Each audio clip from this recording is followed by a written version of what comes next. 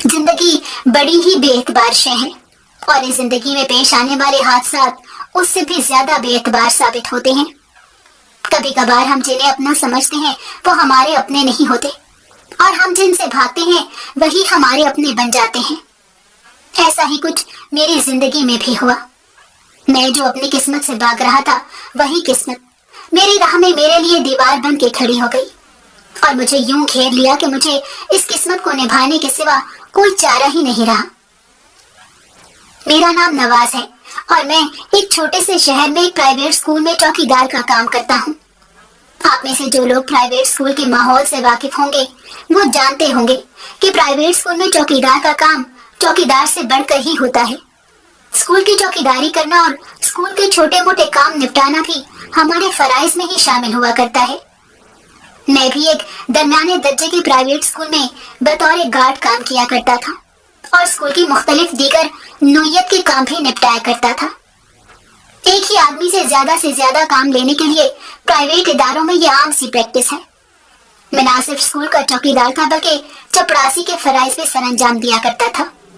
इस मकसद के लिए स्कूल गेट के पास मेरे केबिन में इंटरकॉम लगा हुआ था और मुझे अक्सर और बेशतर स्कूल के अंदर से फोन आ जाता कि फलां काम करना है, तो मैं गेट को अंदर से बंद करके वो काम निपटाने के लिए चला जाया करता था।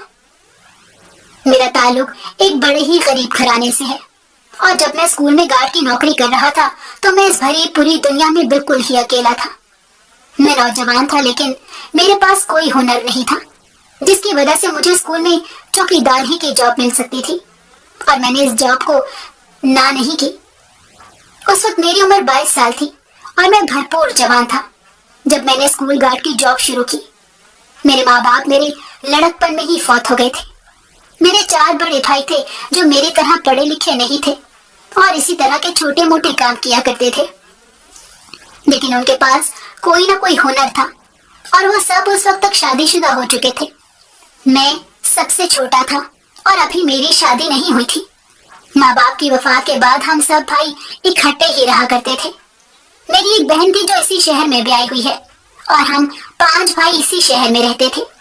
शुरू में तो मैं अपने भाइयों के साथ रहता रहा, लेकिन जैसा कि अक्सर जॉइंट फैमिली में होता है वही मेरे साथ भी हुआ।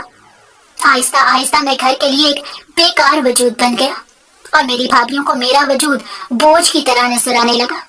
उन्होंने मेरे भाइयों के कान भरना शुरू किए और यूं हम भाइयों के दरमियान में नाइत्तेफाकी पैदा हो गई। इसी चपकलिश और नाइत्तेफाकी के नतीजे में सबसे पहले मेरे 2 बड़े भाई अलग अलग हो गए। वो दोनों एक ही दुकान में मोटरसाइकिल मैकेनिक का काम किया करते थे, लेकिन झगड़े के बायस दोनों ने अपना अपना काम भी अलग कर लिया था। फिर उसी झगड़े ने बढ़कर उन्हें उस घर को भी छोड़ने पर मजबूर कर दिया। घर भी हमारा अपना नहीं था और किराए पर ही था, इसीलिए किसी भी किस्म की जायदाद की तकसीम का कोई झगड़ा नहीं हो सकता था, वरना और भी फसाद बर्पा होता। मेरी भाभियां अब आजादी से रहना चाहती थी और मिलजुल कर रहने में उन्हें घर की जिम्मेदारियां बांटना पड़ती जो उन्हें मंजूर नहीं था। मेरे दोनों बड़े भाई अलग हुए तो बाकी दोनों क्यों पीछे रहते। अलबत्ता उनका काम एक जैसा नहीं था। मेरा 3 नंबर वाला भाई एक बहुत अच्छा राजमिस्त्री था और अच्छी कमाई किया करता था। वो छोटे मोटे ठेके भी पकड़ लेता था, इसीलिए भाइयों में सबसे अच्छी माली हालत उसी की थी। कुछ ही महीनों बाद वो भी अलग हो गया और यूं मैं अपने 4 नंबर वाले भाई के साथ उस घर में अकेला ही रह गया। आखिरकार वो दिन भी आया जब मेरे 4थे भाई ने मुझे घर से निकलने का अल्टीमेटम दे दिया और कहा कि तुम जानो और तुम्हारी जिंदगी जाने, हम मजीद तुम्हारा खर्च नहीं उठा सकते। उस वक्त मैं 19 साल का था और इस कम उम्री में मुझे समझ नहीं आती थी कि मैं क्या करूं। भाइयों के इस चपकलिश और मेरे साथ होने वाली इस नाइंसाफी ने मुझे बहुत जल्द दुनिया के दाव पेच सिखा दिए थे। माँ बाप की तरबियत मेरे खून में जिंदा थी, इसीलिए मैं गलत राहों का शिकार तो नहीं हुआ, लेकिन इस दुनिया में रहने के लिए मुझे बहुत जद्दोजहद करना पड़ी। 3 साल तक तो मैं मुख्तलिफ जगहों पर छोटे मोटे काम करता रहा। इस दौरान मैंने मजदूरी भी की, मुख्तलिफ होटलों और ढाबों पर बर्तन धोने का काम भी किया और वेटर की नौकरी भी की। इसी दौरान मुझे कहीं से पता चला कि इस स्कूल में चौकीदार की जरूरत है, तो मैं वहां चला गया। تعلیم تو نہ ہونے کے برابر تھی، کیونکہ میں 8ویں جماعت میں ہی تھا جب میرے ماں باپ یہ دنیا چھوڑ کر چلے گئے تھے اور ایک روڈ حادثے میں اللہ کو پیارے ہو گئے تھے۔ البتہ میرا قد کاٹ اچھا تھا اور جوانی بھی مجھ پر خوب ڈٹ کر برسی تھی۔ میں اچھا خاصا خوش شکل لڑکا تھا اور اس پر میری جسامت بھی اچھی تھی، اسی لیے اسکول نے بلا تردد مجھے چوکیدار کی نوکری پر رکھ لیا۔ میں نے انہیں بتایا کہ میرے پاس رہنے کا کوئی ٹھکانہ نہیں ہے، تو اسکول میں ہی میرے لیے ایک الگ کیبن بنا دیا گیا۔ میں سردی گرمی اسی کیبن میں رہتا تھا اور وہی میرا گھر تھا، کیونکہ بھائی تو میری صورت دیکھنے کے بھی روادار نہیں تھے۔ البتہ میں کبھی کبھی اپنی بہن سے ملنے چلا جایا کرتا تھا۔ بہنیں بھی تو آخر ماؤں کا دوسرا روپ ہی ہوتی ہیں۔ میری بہن اکلوتی تھی اور اسی لیے اسے بھائیوں کے آپس میں ہونے والے ان جھگڑوں اور پھر الگ ہو جانے کے واقعات نے بہت دکھ دیے تھے۔ میں سب سے چھوٹا تھا، اس لیے بہن کا بہت لاڈلا تھا۔ بہن بھی مجھ سے بہت پیار کرتی تھی، لیکن وہ چونکہ خود بھی ہم جیسے ہی ایک گھرانے میں بیائی ہوئی تھی، اسی لیے مجھے اپنے پاس نہیں رکھ سکتی تھی اور نہ ہی میری غیرت گوارا کرتی تھی کہ میں بہن کے گھر میں رہوں اور اس کے اوپر بوجھ بن جاؤں۔ میرا بہنوئی بہت اچھا آدمی تھا اور ایک کریانہ سٹور چلایا کرتا تھا۔ اس نے بھی کھلے دل سے مجھے آفر کی کہ میں اس کے ساتھ رہوں اور کام کروں، لیکن مجھے یہ مناسب نہیں لگا، کیونکہ کام میں شامل ہونے کے بعد اکثر نا اتفاقیاں اور غلط فہمیاں پیدا ہو جاتی ہیں، جو بالآخر جھگڑے کا باعث ہی بنتی ہیں۔ اس لیے میں نے سہولت سے اس طرح کی کسی بھی آفر کو رد کر دیا۔ جب میں اسکول میں بطور چوکیدار مستقل ہو گیا تو میری بہن مجھ سے بہت خوش ہوئی۔ وہ تو مجھ سے کوئی ڈیمانڈ بھی نہیں کرتی تھی، اس کے لیے تو میرا اس سے ملنا ہی بہت تھا، لیکن میں اپنی بہن کے گھر کبھی خالی ہاتھ نہیں گیا تھا۔ اسکول کی نوکری کا یہ فائدہ تھا کہ یہاں پر مہینے کی تنخواہ فکس تھی اور اسکول کی افتتاحی ٹائمنگ کے بعد میں اگر چاہتا تو ساتھ ہی کوئی نہ کوئی چھوٹا موٹا کام بھی کر سکتا تھا۔ مجھے یہ بھی فائدہ تھا کہ اسکول کی ایک کمرشل جگہ کے بالکل نزدیک تھا، اسی لیے میرے پاس کام کے مواقع بھی تھے۔ اسکول میں کام کرتے ہوئے مجھے 2 سال گزر چکے تھے اور اس 2 سال میں میرا خرچہ نہ ہونے کے برابر تھا۔ کم تنخواہ ہونے کے باوجود مجھے پیسے جوڑنے کا موقع مل جاتا تھا، کیونکہ مجھے رہائش کا کوئی کرایہ ادا نہیں کرنا پڑتا تھا۔ اس کے علاوہ اسکول کے ٹیچرز مجھے کسی نہ کسی کام پر تھوڑے بہت پیسے بھی دے دیا کرتے تھے، جو میں الگ رکھ لیا کرتا تھا۔ 2 سال بعد میرے پاس اتنے پیسے تو ہو گئے تھے کہ میں اب کوئی کام شروع کر سکتا تھا۔ اس لیے میں نے اسکول کی آف ہونے کے بعد اسکول کے نزدیک ہی موجود ایک مارکیٹ میں چھوٹا سا فوڈ سٹال لگا لیا، جہاں پر میں چپس اور پکوڑے بنا کر بیچنے لگا۔ یہ کام میرے لیے آسان بھی تھا اور اس کے لیے مجھے زیادہ انویسٹمنٹ کی ضرورت بھی نہیں تھی۔ میں 3 یا 4 گھنٹے تک وہ سٹال لگا کر رکھتا تھا اور اس سے مجھے میرے مطابق خاصی آمدنی ہو جایا کرتی تھی۔ اس سے حاصل ہونے والی آمدنی میں سے میں نے اپنے پاس موجود آئٹمز میں سموسوں کا اضافہ بھی کر لیا۔ باقی آمدنی میں نے بچانا شروع کر دی، کیونکہ بھائیوں کے رویوں کو دیکھتے ہوئے مجھے اچھی طرح سے یقین تھا کہ وہ اب دوبارہ کبھی اکٹھے نہیں ہوں گے، اور میں نے اپنے لیے جو بھی کرنا تھا اپنے سر پر ہی کرنا تھا۔ اب بہن میری شادی کا بھی سوچتی رہتی تھی، کیونکہ میں 24 سال کا ہو چکا تھا، لیکن میں نہیں چاہتا تھا کہ میں کسی بھی طرح سے اپنی بہن پر بوجھ بنوں۔ اس لیے میں یہ سارے پیسے الگ کر رہا تھا تاکہ کسی اچھی جگہ پر چھوٹا ہی صحیح اپنا گھر لینے کے قابل ہو سکوں۔ اس دنیا میں پیسے کی ہی عزت ہے، اور یہ حقیقت میں اپنے بھائیوں کے روپ میں بہت اچھے سے سمجھ چکا تھا۔ اسکول کا 3را سال شروع ہو چکا تھا اور مجھے اپنا کام کرتے ہوئے بھی 1 سال ہو گیا تھا۔ اس سال میں نے اتنے پیسے جمع کر لیے تھے جو قسطوں میں مکان لینے کے لیے تو کافی ہوتے، لیکن فی الحال میرے لیے ناکافی ہی تھے۔ البتہ میرا کام جس لحاظ سے چل رہا تھا، مجھے یقین تھا کہ میں کم از کم 1 سال میں اس قابل ہو جاؤں گا کہ 2-2.5 مرلے کا کوئی گھر خرید سکوں، کیونکہ میرا خرچہ تو نہ ہونے کے برابر تھا اور میرا زیادہ تر خرچ اپنے کھانے پینے پر ہی ہوا کرتا تھا۔ یا میں 10-15 دن بعد بہن کو ملنے جاتا تو اس کے لیے کچھ چیزیں لے جایا کرتا تھا۔ اس کے علاوہ مجھے کسی بھی قسم کے فضول شوق نہیں تھے۔ زندگی آہستہ آہستہ میرے لیے آسان ہو گئی تھی اور اب میری زندگی کو اپنے مطابق جینے کے لیے بھی تیار ہو رہا تھا۔ تبھی میری زندگی میں وہ اہم موڑ آ گیا جس نے میری پوری زندگی کا رخ ہی بدل کر رکھ دیا۔ स्कूल में जॉब करते हुए तीसरा साल शुरू हुआ तो स्कूल में एक नई टीचर भी आई। वो लड़की दिखने में खासी खूबसूरत थी और उसके रख रखाव से लगता था कि वो किसी अच्छे घर से ताल्लुक रखती है। जैसा कि आजकल लड़कियां शौकिया जॉब करती हैं, वो भी शौकिया जॉब ही किया करती थी। वक्त यूं ही गुजरता रहा। मैं चूंकि गार्ड के साथ साथ स्कूल के दीगर काम भी निपटाया करता था, तो टीचर्स के साथ मेरी अच्छी सलाम दुआ हो जाती थी। इसीलिए उस लड़की जिसका नाम सलमा था, उससे भी आहिस्ता आहिस्ता मेरी सलाम दुआ हो गई और मैं उसके हालात के बारे में भी जान गया। उसने सबको यही बता रखा था कि वो शादीशुदा है और अच्छे घर में ब्याही हुई है, लेकिन शौकिया तौर पर यह स्कूल की जॉब करती है। मुझे उसकी ये बात हजम तो नहीं हुई, लेकिन मैं किसी के मामले में क्या कर सकता था। मैं अपने काम से काम रखने वाला लड़का था, इसीलिए मैंने इस बात पर ज्यादा तवज्जो नहीं दी और अपने मामूल के काम में मगन रहा। कुछ वक्त गुजरने के बाद मैंने महसूस किया कि सलमा मुझ पर कुछ ज्यादा तवज्जो देती है। उसकी वजह यह थी कि वो अब बाकी टीचर्स के बरक्स मुझसे सिर्फ काम के मुतालिक ही बात नहीं करती थी, बल्कि वो आहिस्ता आहिस्ता कुरेद कुरेद कर मेरे बारे में भी पूछने लगी थी। मुझे ये सब अच्छा तो नहीं लगता था, क्योंकि मैंने आज तक जो भी किया था अपने बलबूते पर ही किया था और अपनी मजलूमियत की दास्तानें सुना सुना कर किसी की हमदर्दियां नहीं बटोरी थी।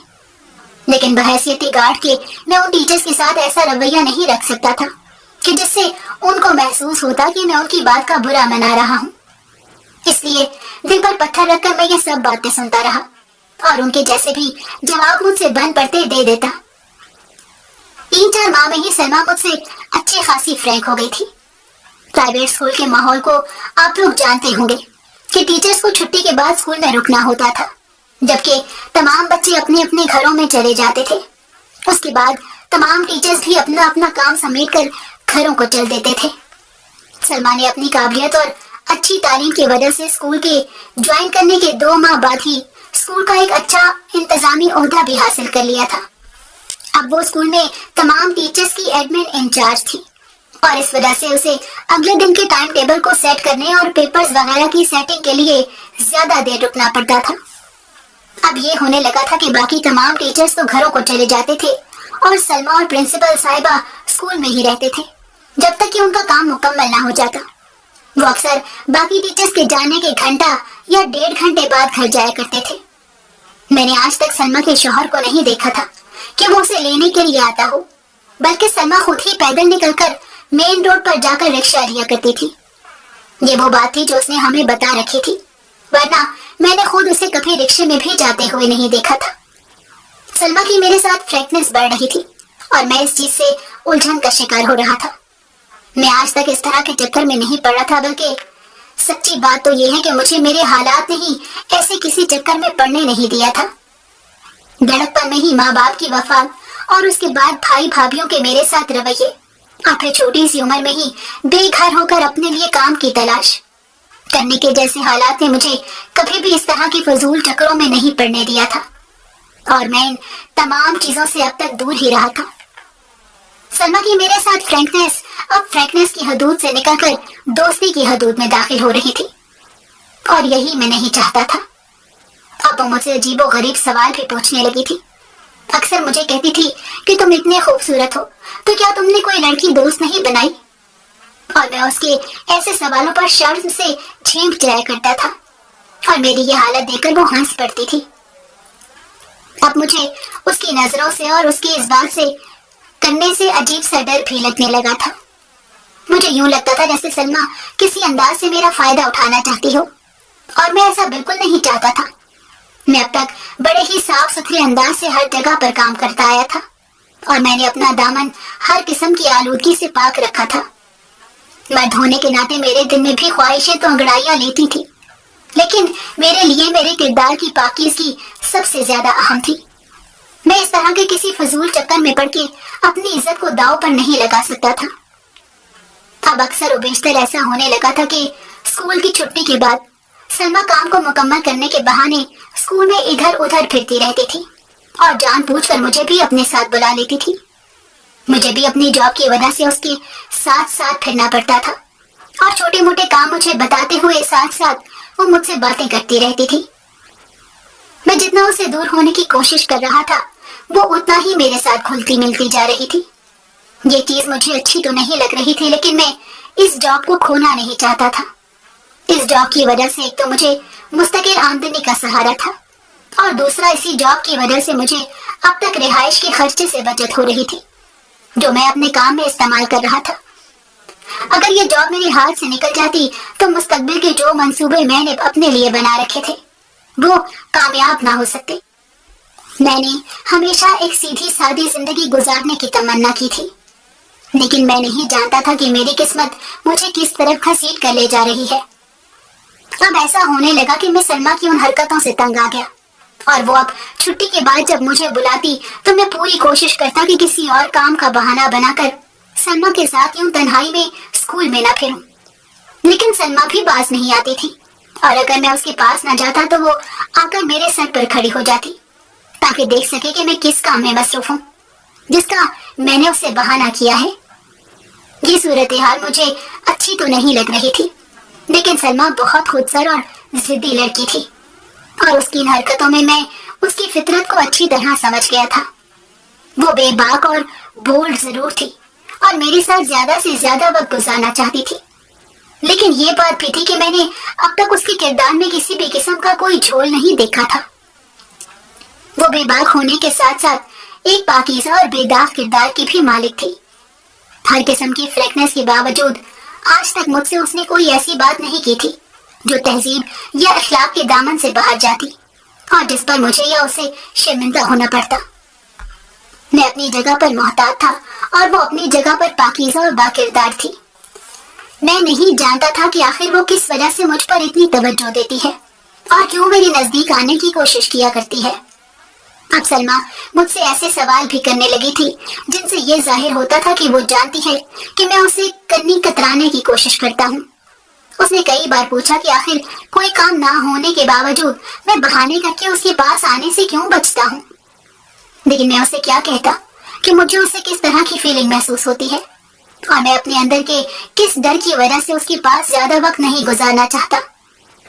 स्कूल की एडमिन इंचार्ज होने के नाते वो मुझे जब चाहे जहां चाहे बुला सकती थी, और प्रिंसिपल साहिबा को भी उस पर न जाने इतने कम अरसे में इतना इत्मीनान क्यों हो गया था कि वो भी उस पर कोई रोक टोक नहीं करती थी। मेरे किरदार की वजह से भी मुझ पर कोई उंगली नहीं उठा सकता था, क्योंकि जवान और अच्छा खूबसूरत लड़का होने के बावजूद मैंने आज तक इखलाक से गिरी हुई कोई हरकत नहीं की थी, और इसी वजह से स्कूल का पूरा स्टाफ मुझसे बेहद खुश था। अक्सर स्कूल के मालिक जब विजिट करते तो प्रिंसिपल साहिबा उनसे मेरी तारीफें किया करती थी। प्रिंसिपल साहिबा खुद एक 45-50 साल की उम्र की खातून थी और बिल्कुल मेरी माँ की तरह शफीक और रहम दिल औरत थी। स्कूल का माहौल भी बहुत अच्छा था, लेकिन सलमा की वजह से अब कुछ अरसे से मेरा ज़हनी सुकून बर्बाद हो गया था। सलमा हर बार मुझसे ये पूछती जरूर थी कि मैं आखिर उसके बुलाने पर उसके पास क्यों नहीं आता, लेकिन मेरे ऊट पटांग जवाब और मेरी खामोशी से वो लुत्फ भी उठाती थी। उसने कभी मुझसे इस बात पर बहस करने की कोशिश नहीं की कि मैं आखिर उसके बुलाने पर उसके पास क्यों नहीं आता। बस वो मेरी हालत और मेरे जवाबात से मजे लिया करती थी और मेरे शर्म से लाल पड़ते चेहरे को देखकर खिलखिला कर हंस लिया करती थी, जिससे मैं मजीद शर्मिंदा हो जाता था।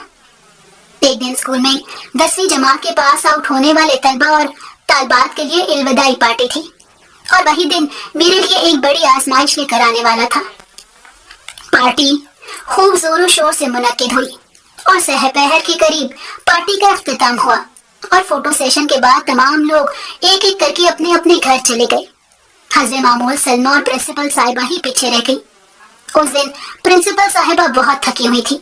उन्होंने सलमा से कहा कि मैं अब घर जा रही हूँ, मुझसे मजीद काम नहीं होगा, तुमसे जितना समेटना हो जाए समेट लो, और अगले दिन वैसे भी छुट्टी है तो जल्दी ही समेट कर घर चली जाना, बाकी नवाज तुम्हारी मदद कर देगा। उन्होंने तो ये कह दिया, लेकिन मैं उनकी कही हुई बात में फंस गया। अब सलमा मेरी तरफ ऐसे देख रही थी जैसे कोई किसी छोटे बच्चे की तरफ उसकी शरारतों से मजा लेने के लिए देखता है। उसके चेहरे पर ऐसी मुस्कुराहट थी जैसे वो ये कहना चाह रही हो कि अब भागकर कहाँ जाओगे, आखिर तुम मेरे जाल में आ ही गए। मैंने खामोशी से इधर उधर की चीजें उठाना शुरू कर दी और छोटे छोटे काम निपटाने लगा। तभी सलमा मेरे पास आ खड़ी हुई और कहने लगी कि नवाज, मैंने तुमसे बहुत खास बात करनी है। उसके चेहरे पर अब थोड़ी देर पहले वाली मुस्कुराहट नहीं थी।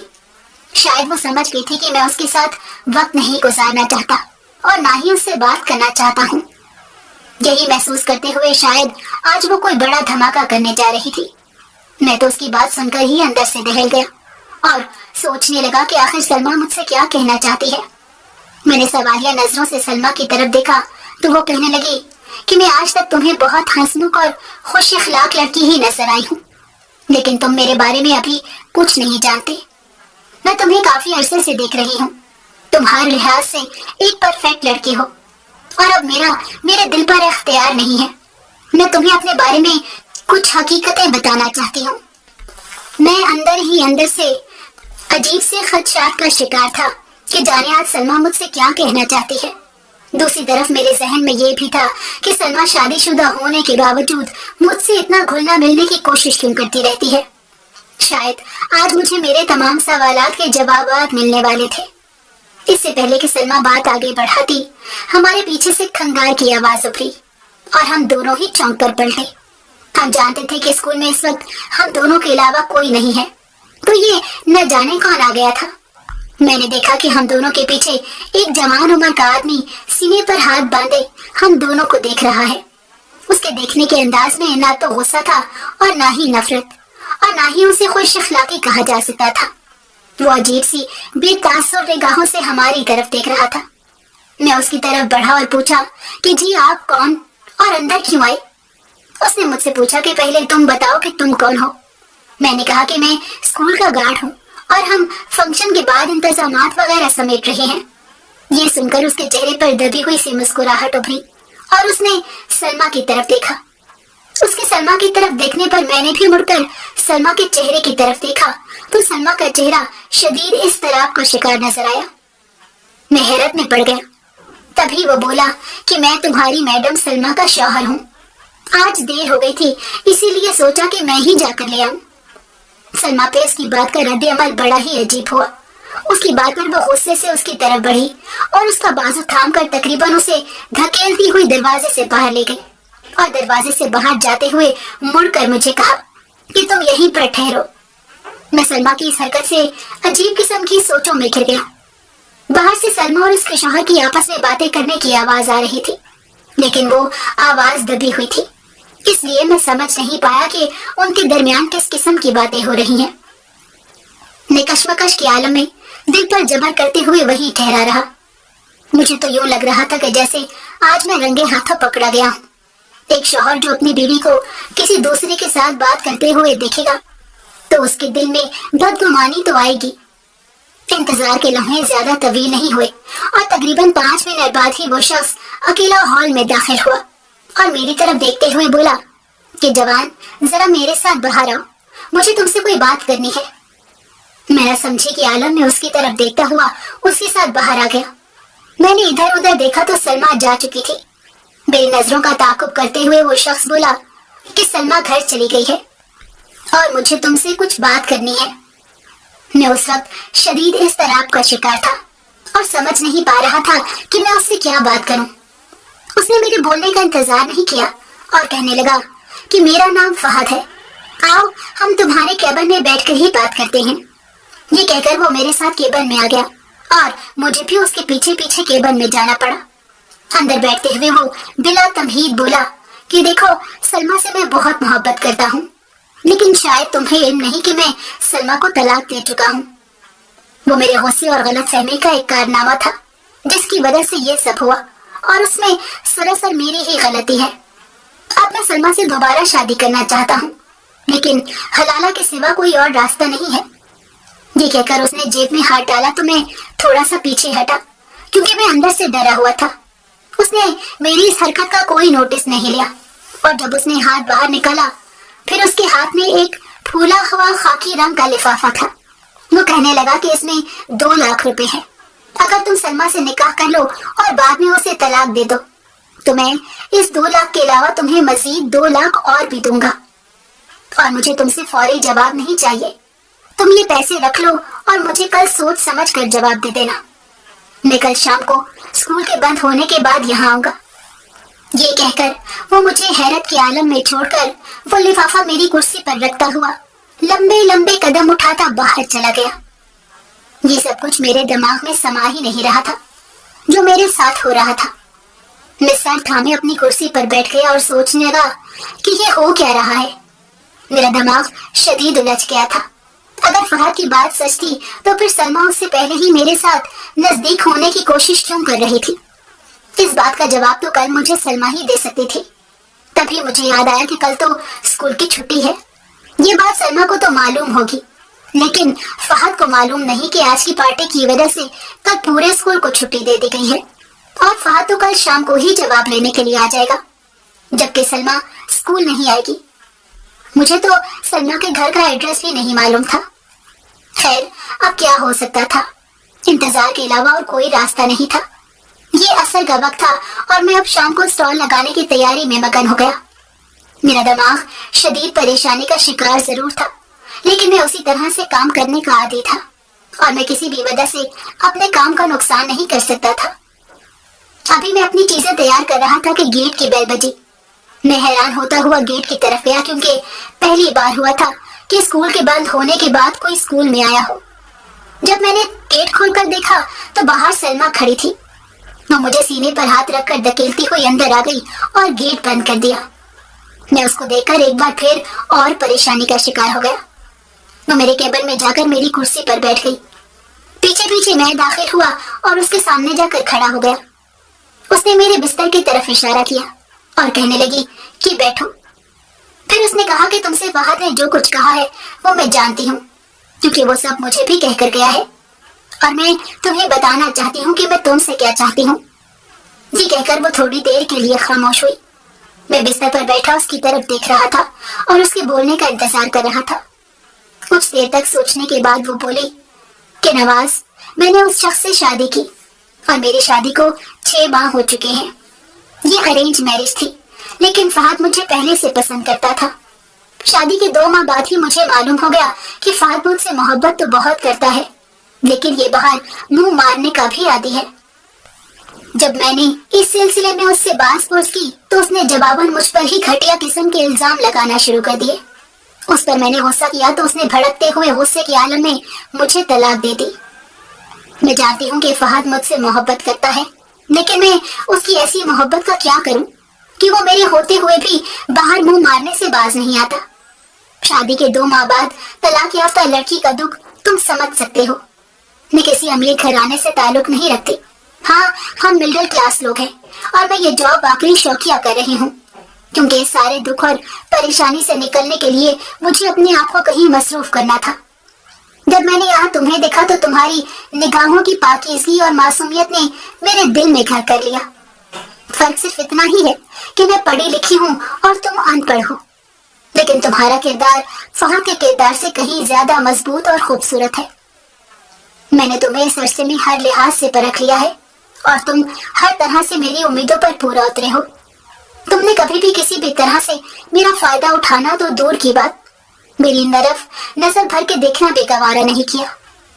मैं ये चाहती हूँ कि तुम मुझसे शादी कर लो, क्योंकि मैं जाने अनजाने में तुम्हारे किरदार की मजबूती की वजह से तुम्हारी मोहब्बत में गिरफ्तार हो चुकी हूँ।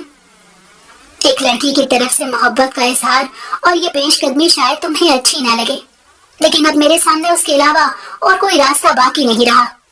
फहद के पास बहुत पैसा है और उसे उस पैसे का गरूर भी है, लेकिन मैं उस शख्स की जिंदगी में वापस नहीं जाना चाहती।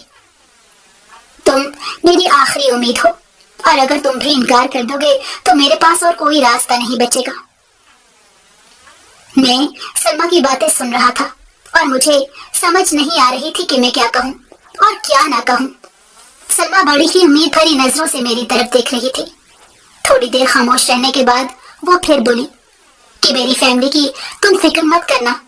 मैं थोड़ी देर के लिए घर गई थी और मैंने अपनी अम्मी को सारी बात बता दी है और अम्मी समेत मेरे घर वाले खुद मेरी तलाक पर बहुत दुख के आलम में हैं और उन्हें मेरे इस फैसले पर कोई एतराज नहीं है।